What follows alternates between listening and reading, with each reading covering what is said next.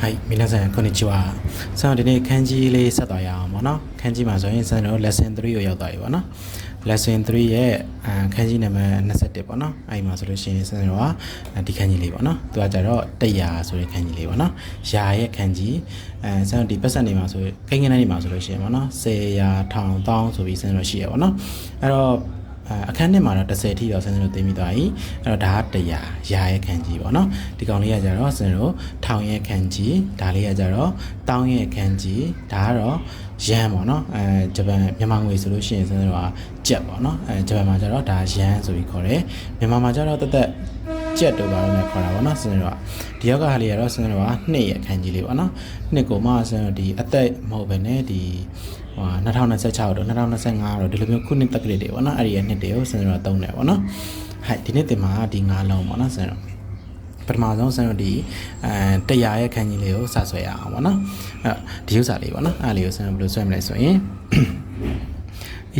2 3 4 5 6အားလုံးပေါင်း6ချက်ရှိရပါတော့။သူက100ဖြစ်တဲ့အတွက်သူ့ကိုဆန်းစင်တော့ဘယ်လိုခေါ်လဲဆိုတော့ဟယခုဆိုပြီးဆန်းတော့အတန်ထွက်တယ်ပေါ့နော်။ဟယခုဆိုပြီးဆန်းတော့အတန်ထွက်တယ်။နောက်တစ်မျိုးသူ့ကိုဆန်းစင်တော့ကစမ်း3တို့6တို့ကြာလို့ရှိရင်အတန်ထွက်ကပြောင်းသွားတယ်ပေါ့နော်။ဘယ်လိုမျိုးလဲဆိုရင်ဆန်းတော့ဗျာခုလို့ဆန်းနော်။ဗျာခုလို့ပြီးရင်ဆန်းတော့ပြက်ခုလို့ဒါမျိုးလေးဆန်းတော့ထွက်တယ်ပေါ့နော်။အဲ့တော့ဒီကောင်ကိုအတန်တော့ကဟယခုလို့သိရအောင်လို့ဗျာခုရောပြက်ခုရောဆန်းတော့သိထားမယ်ပေါ့နော်။အဲဆိုရင်သူ့ရဲ့လုံးတွဲလေးတွေကိုတွားပြီးတော့ကြည့်ရအောင်ပေါ့နော်။သူ့တစ်လုံးနဲ့ဆိုရင်ဆန်းတော့ဘယ်လိုရေးမလဲဆိုရင်ဟယခု100ပေါ့နော်ဆန်းသူရှိမှဆန်းတော့3ထည့်လိုက်မယ်ဆိုရင်1 2 3 4 5 6 ခုဒါဆိုဆန်းတော့ဘာဖြစ်သွားမလဲဆိုရင်ဆန်းဒီမှာကျတော့ဆန်းတော့ဒီဗျာခုလေးကိုယူသုံးတယ်ပေါ့နော်အဲဆိုရင်ဆန်းတော့ဆန်းဗျာခုဆိုရင်ဆန်းတော့300ပေါ့နော်ဆန်း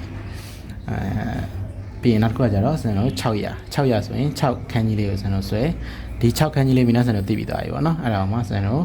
့ရခုဆိုရင်ဆန်တော့ထပ်ဆွဲပေါ့နော်အဲ့ဆိုရင်ဆန်တော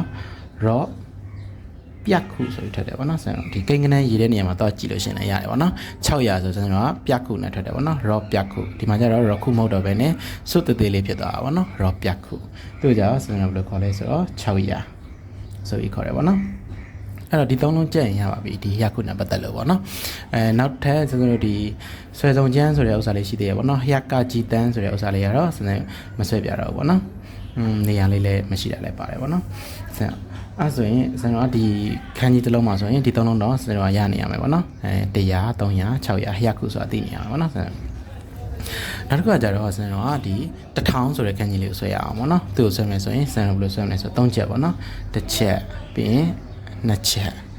ပြီးကမှဆန်တော့ဆန်းဆိုပြီးတော့3ချက်ဆန်တော့ဆွဲချလိုက်တယ်ပေါ့နော်သူ့ကိုဆန်တော့သူ3ချက်ရှိတဲ့အတိုင်းပဲသူ့တန်တကလည်းဆန်တော့1000ကိုဆန်တော့ဆန်းလို့ထွက်တယ်ခုနကလိုပဲဆန်တော့3000လို့ပါတော့မှဆိုရင်ဇန်းလို့ထွက်တာဖြစ်တဲ့အတွက်ဇန်းဆိုပြီးတော့လည်းဆန်တော့ထွက်တယ်ပေါ့နော်နောက်ပြီးတော့သူ့တန်တကိုဆန်တော့ချိဆိုပြီးထွက်တယ်ဒီချိဆိုဆန်ကဒီချိလေးကိုပြပါဆန်နော်ခဏခဏနဲ့ရေးထားချိပေါ့နော်မိနာဆန်တို့သိအောင်နော်တခါလေးချိဆိုပြီးဆန်ရေးပြပေးတယ်ပေါ့နော်အဲ့တော့သူ့ရဲ့ခန်းကြီးလေးအဓိပ္ပာယ်လေးသွားကြည့်အောင်တစ်လုံးနဲ့ဆိုလို့ရှိရင်ဆန်းတော့သူ့ကိုဘယ်လိုခေါ်လဲဆိုတော့ဆန်းလို့ခေါ်တယ်ထောင်ကနန်းပေါ့နော်သူကထောင်အရေးအတွက်ရှိရပေါ့နော်တကယ်လို့ဒါပဲရှိမှဆန်းတော့နှစ်လိုက်မယ်ဆိုရင်နီဆန်ဆိုပြီးဆန်းတော့သုံးတယ်ပေါ့နော်သူဆိုလို့ရှိရင်ဆန်းတော့2000ပေါ့နော်ဆန်းတကယ်လို့ဒါပဲသူရှိမှဆန်းတော့3လိုက်မယ်အချီနီဆန်3ပေါ့နော်3လိုက်မယ်ဆိုလို့ရှိရင်ဆန်းတော့အကြိုင်ဆန်ဇန်းဆိုပြီးဖြစ်သွားပြီဆန်းအကြိုင်တော့ဒီဇန်းလေးကိုယူသုံးပြီပေါ့နော်ဆန်ဇန်းပေါ့နော်အကြိုင်ဆန်တော့3000ဆန်ပေါ့နော်ဟဲ့အဲ့ဆိုရင်တော့ဒီကောင်လေးရဲ့ချိရဲ့တန်တက်ကိုတော့ဆင်းဆက်ပြရမယ်ပေါ့နော်သူ့ကိုဆန်တော့ဘယ်လိုခေါ်လဲဆိုရှင်ချိပခန်းဆိုပြီးတော့ချိပခရံကိုခေါ်တယ်ပေါ့နော်အဲ့ဒါလေးကိုဆန်ဘယ်လိုဆွဲနေကြည့်အောင်ဒါကတော့ချိဆိုပြီးဆန်ဆွဲလိုက်တယ်နောက်အခုဆက်မယ်ဆန်ဘာဆိုတဲ့ဟာလေးကကြတော့ဒါတိရွယ်ခန်းကြီးလေးပါမင်းလားဆန်နဲ့ပြီးရင်1 2 3 4 5 6 8ဆိုဆန်ဆွဲတယ်ပေါ့နော်ဒါချီပါပြီးရင်ဆိုတော့ဒီတာရီခရိုင်တို့ပဲခူးခရိုင်တို့အဲ့လိုမျိုးခရိုင်လေးတွေဆိုရဲခန်းဆိုတဲ့ကောင်လေးရှိရပါတော့သူကကြတော့ဆန်တော့ဒီကောင်လေးကိုခန်းလို့ခေါ်တယ်ပေါ့နော်အဲ့တော့ဆန်တော့ချီဒီတရက်လေးကသူ original ဆိုဟာလို့လည်းထွက်တယ်ဘာလို့လည်းထွက်တယ်ပေါ့နော်အဲ့တော့ဒီမှာဆန်တော့ဘာလို့ထွက်သွားတယ်ချီပါဒီချီကကြတော့ဆန်ဒီဆန်လေးရဲ့ချီပေါ့နော်အဲ့တော့ချီပါခန်းဆိုရင်ဆန်တော့ချီပါခရိုင်ဆိုပြီးဆန်တော့တုံးတယ်ပေါ့နော်ဟဲ့အဲ့ဆိုလို့ရှိရင်ဒီထောင်းဆိုတဲ့ကဏ္ဍလေးကိုဆန်တော့ဆန်ရောဇန်ရောပြီးရင်ချိရောထွက်တယ်ဆိုတာဆန်တော့သိရမယ်ပေါ့နော် အဲ့တော့ဒီကောင်ကကြတော့ဟျခုတစ်လုံးပဲထွက်တယ်ဒါပေမဲ့3တို့6တို့မှာဆိုရင်ဗျခုတို့ပြခုတို့ပြန်မှာစဉ်းလို့သိရမယ်ပေါ့နော်အဲ့တော့ရာထောင်ဆိုတာလေးကိုစဉ်းလို့ရမယ်ပေါ့နော်အဲ့ဆိုရင်ဒီ1000ထပ်သွားရအောင်ပေါ့နော်1000ကြတော့စဉ်းဘယ်လိုသုံးမလဲဆိုလို့ရှိရင်သူက3ချက်ပဲပေါ့နော်သူလည်းကြည့်အောင်တစ်ချက်ပြီးရင်ဆိုတော့ဒီလိုမျိုးနေဆိုရင်ပေါ့နော်2ချက်ပြီးကမှအလေကောင်ပိတ်တာလေးကိုဆိုတော့ပိတ်ချလိုက်တာပေါ့နော်3ဆိုရင်ပြီးတော့3တယ်ပေါ့နော်သူ့ကိုဆိုတော့ဘယ်လိုထွက်လဲဆိုရင် man လို့ထွက်တယ်ပေါ့နော်တောင်းอ่ะနောက်တစ်မျိုးစမ်းစမ်းလို့ဘယ်လိုထွက်သေးလဲဆိုရင် ban လို့လည်းဆိုတော့ထွက်သေးရပေါ့နော်နှစ်မျိုးစလုံးဆိုတော့သိထားမယ် ban ကတော့သုံးတာနဲ့တယ်ဆိုရင်မဲ့ရုပ်တရက်ကြားလာတဲ့အခါမှာကိုကသိနေအောင်လို့ပေါ့နော်အဲ့တော့ဒီဥစ္စာလေးကိုဆိုတော့သူ့တစ်လုံးနဲ့ဆိုရင်ဆိုတော့ဘယ်လိုထွက်လဲဆိုတော့ man ဆိုတာတောင်းအဲ့တော့ထုံးစံတိုင်းပဲရှေ့မှာ1တို့2တို့ထည့်လို့ရှိရင်1000 2000ဖြစ်သွားရောလောလောဆယ်ဒီမှာ1ထည့်ပြမယ်ဆိုရင်အဲ့ဆိုရင်ဒီကောင် ichi လို့ခေါ်တာပေါ့နော်အားကြောင့်ဆိုရင်တော့ ichi ပဲသူက man လို့တန်ထည့်လို့ man အဲ့ဆိုရင်ဆိုရင်တော့1000ထောင်မိ1000သုံးတာပေါ့နော်အဲ့ဒါမှဒါဒီလိုမျိုးပြည့်တယ်ဆိုမှလာပေါ့နော်ဒီလိုမျိုးလေးဆွဲလိုက်အောင်ဆိုတော့ဟိုက်နောက်တစ်ခါကျတော့သူ့ကိုဆိုရင်ဘာလေးနဲ့တွဲမလဲဆိုရင်man လေးရယ်ပြီးရင်ဆိုတော့အချင်းကြီးဆန်ရှိကောရှိကြည့်ပါနော်ဒါကကြတော့တိုင်းပြည်ရဲ့အခန်းကြီးလေးပါမင်းနဲ့ဆက်နောက်ကြရင်တော့သင်ရပါလိမ့်မယ်နော်အကြရင်တော့စဉ်းစားသေးသေးထပ်ဆွဲပြပေးမယ်ဒါဒီကြလို့ရှိရင်ဆိုတော့ man ခုလို့မသုံးတော့ဘဲနဲ့ဒီ ban လေးကိုယူသုံးတယ်ပေါ့နော်နိုင်ငံအားလုံးဆိုတဲ့အိဗယ်လေးနဲ့ပေါ့နော်သူ့ကိုဆိုတော့ ban ခုဒီကောင်လေးရဲ့တိုင်းပြည်ရဲ့အခန်းကြီးကခုလို့လည်းထပ်တယ်လို့တိုင်းပြည်ကိုခုနီလို့လည်းစဉ်းစားတော့ခေါ်ရနော်အဲဆိုရင် ban ခုဆိုလို့ရှိရင်ဆိုတော့နိုင်ငံအားလုံးဆိုပြီးစဉ်းစားသုံးတယ်ပေါ့နော်ဟဲ့နောက်တစ်ခုကကြတော့ဆန်းတော့ဒီဘောပင်ဆိုပြီးတော့လည်းရေးသေးရပေါ့နော်လောလောဆယ်ဒီ3လုံးကြက်ရင်ရပြီဒီကောင်ကပေါ့နော်နောက်တစ်ခုကတော့ဆန်းဒီဘောပင်လေးကိုတစ်မျိုးသိအောင်လို့ဆန်းရေးပြပေးမယ်သူ့ဘယ်လိုရေးလဲဆိုရှင် man ပြီးနန်ပြီးဆန်းတော့ခဲရန်ခန်းကြီးလေးဖြစ်တဲ့ဒီကောင်လေးပေါ့နော်ဆန်း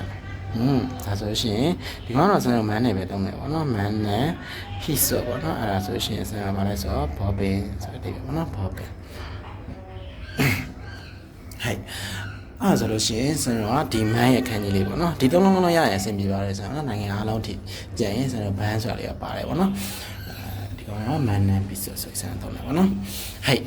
ဒီကောင်ကတော့ဆောင်းမပါပါဘူးမင်းဆန်နောက်ဆုံးဟာရအတိအောင်ပဲထားပါနော်ဒီသုံးလုံးကြံရင်ရပါပြီနော်ဆန်နောက်တစ်ခါကျတော့ဆန်တော့အန်ကျတော့ဆန်ဘာလဲဆိုလို့ရှိရင်ပတ်စံနေမှာတော့ねရန်ဆိုပြီးဆန်ပြောခဲ့ရပေါ့နော်အဲ့လေးဘယ်လိုဆွဲမလဲကြည့်အောင်တစ်ချက်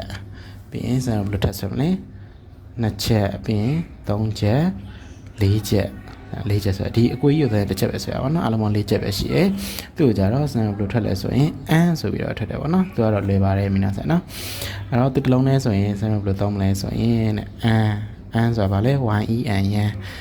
်မြန်မာလိုဆိုလို့ရှိရင်လည်းဆန်ဒီလိုရန်ပေါ့နော်ရန်ဆိုပြီးဆန်တော့ねတကယ်လို့ဒါပဲရန်4000ဆိုရင်4ကိုအရင်ဆွဲဆန်ပြီးရင်1000ဆိုတဲ့4000ရန်ပေါ့နော်4000ပြီးရင်တော့ရန်ဖြစ်တဲ့အတွက်ဒီကောင်လေးကိုထည့်ပေးလိုက်ဆိုရင်ဆန်တော့400ယွန်းလို့ထည့်တယ်နော်ဒီ man ကကြတော့ဒီမှာဆန်တော့ man လို့ထည့်တာဖြစ်တဲ့အတွက်ယွန်း man ဒီကောင်အန်လို့ထည့်တာမဟုတ်လို့ပေါ့နော်အဲ့ဒါဆိုရှင်4000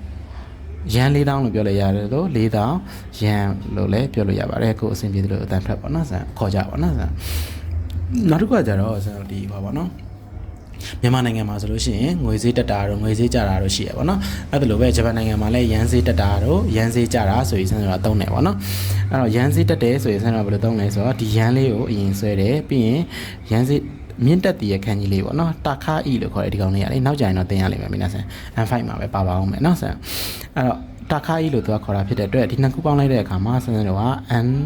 တာနေဓာဖြစ်သွားတယ် N တာခရန်ဈေးတက်ခြင်းဆိုပြီးဆန်းတော့သုံးတယ်ပေါ့နော်ရန်ဈေးတက်ချင်းပေါ့နော်ဆန်ဒီမြန်မာလက်ရေးလေးတော့သိခံပြီပါနော်ရန်စီတက်ချင်းဆိုရင်ဆန်တော့တုံးနေအဲ့ဆိုဒီဥစ္စာလေးကတော့မိနာဆန်တော့အဆင်ပြေသွားပြီလေးလုံးပေါ့နော်ကောက်ကိုအိမ်မှာဆွဲကြည့်မယ်ပေါ့နော်ဒီဘက်ကတော့တွဲလုံးလေးတွေဖြစ်တယ်ဟဲ့အဲ့ဆိုနောက်ဆုံးလေးကိုတော့ကြည့်အောင်နော်နောက်ဆုံးစလုံးလေးကိုဆန်ဆွဲကြည့်အောင်နောက်ဆုံးစလုံးကတော့ဆန်ဘာလဲဆိုလို့ရှိရင်နှစ်ရဲ့အခန်းကြီးလေးပေါ့နော်သူကဆန်ကပြောတယ်2025 2026ဆိုတဲ့ကောင်လေးပေါ့နော်အဲ့တော့ဘယ်လိုဆွဲမလဲဆိုတော့တစ်ချက်သူ့ရဲ့အလေကောင်လေးကနေတော့တစ်ချက်ဆွဲနှစ်ချက်ပြီးရင်တစ်စောင်းလေးဆွဲထားမယ်3ချက်4ချက်ဒီမှာနော်4ချက်ဖြစ်သွားပြီပြီးရင်ဆန်တော့နောက်တစ်ချက်ဆွဲ5ချက်ပြီးရင်ဒီကောင်လေးရဲ့အလေကောင်တက်တွေကနေဆန်အောက်ကိုဆွဲချလိုက်6ချက်အားလုံးဆန်ပဲနဲ့ချက်ရှိမယ်ဆိုတော့အချီနီဆန်ရှိကောရခု6ချက်ရှိပါမယ်နော်ဆန်အဲ့လေးကိုဆန်တော့ဘယ်လိုခေါ်လဲဆိုလို့ရှိရင်သူ့ကိုနန်းလို့ခေါ်တယ်ဗောနော်နှစ်လို့ခေါ်တယ်ပြီးရင်သူ့ရှိလို့လည်းခေါ်တယ်နော်နှစ်လို့ခေါ်ပါသေးရဲ့ဆန်နော် ဥမာဆိုရင်ခိုတိုရှိဆိုရင်ဒီနှစ်လို့ပုံစံမျိုးပေါ့နော်ဆန်အဲ့တော့သူ့တစ်လုံးနဲ့ဆိုရင်ဆန်တို့ဒီဥစ္စာလေးကိုဘယ်လိုခေါ်လဲဆိုရင်တိုရှိဘယ်လိုခေါ်လဲနှစ်နန်းလို့လည်းခေါ်လို့ရတယ်နော်ဘာမှမဖြစ်ဘူးတိုရှိနှစ်ပြင်ဆန်တော့နှစ်2000ဆိုရင်နိဒီထောင်ကနန်းလေးဆန်တို့ဒီရှိကစမ်းဆိုတာလေးကိုတာယူဆွဲတယ်ပေါ့နော်2000နှစ်ပေါ့နော်ဆန်2000နှစ်ဆိုရင်ဆန်တော့နန်းအားဆိုရင်နိပြင်ဆန်တော့စမ်းနန်းဆိုရင်ဆန်တော့ဆွဲတယ်ပေါ့နော်အားဆိုလို့ရှိရင်2000ခုနှစ်ခုနှစ်ဆန်းနဲ့ဆိုတော့ခုနှစ်လာမယ့်နှစ်ဆိုလို့ရှိရင်ဆိုတော့ right now ဒီခန်းကြီးတွေကလာမိလို့အဓိပ္ပာယ်ရတယ်ပေါ့နော်ဆိုတော့နောက်ကြရင်တော့သင်ရပါလိမ့်မယ်နော်အကောင့်တွေက right now နားဆိုရင်ဆိုတော့လာမိဆိုတဲ့အဓိပ္ပာယ်လေးပေါ့နော်ဟဲ့အဲ့ဆိုလို့ရှိရင်တော့ဆိုတော့သူ့နောက်မှာနန်းခင်းဆိုတာရှိသေးတယ်ပေါ့နော်ပင်စင်ထောက်ပံ့ငွေပါမိလားဆိုနော်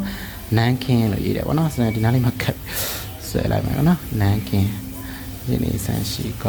ဒါနန်းပေါ့နော်ပြင်ပတ်စံလေးရဲ့အခန်းကြီးလေးနန်းခင်းလို့ဆိုတော့ခေါ်ရပါတော့နန်းခင်းသူ့အကြပါလဲဆိုတော့ပင်စင်ထောက်ပံ့ငွေပေါ့နော်ဆိုတော့ငွေဆိုရင်တော့အသုံးတယ်ပေါ့နော်ဟဲ့မနာဆန်အဲ့ဆိုလို့ရှိရင်တော့ဆန်တော့ဒီဥစ္စာလေးပေါ့နော်ဒါလေးအဆင်ပြေမယ်ထင်ပါတယ်နော်9လုံးဟဲ့တွဲလုံးလေးတွေကိုတော့လေ့ကျင့်ခန်းစာထဲမှာကိုယ့်အကူထားပြီးတော့ဆန်းဆန်းလေးဒါလေးကို PDF ပို့ပေးပါအောင်မယ်နော်ဆန်းဆန်းလို့ဗီဒီယိုလေးကြည့်ပြီးတော့ bank care လုပ်ပေးကြပါအောင်နော်စာလေးလာပေးကြပါအောင်皆さんありがとうございます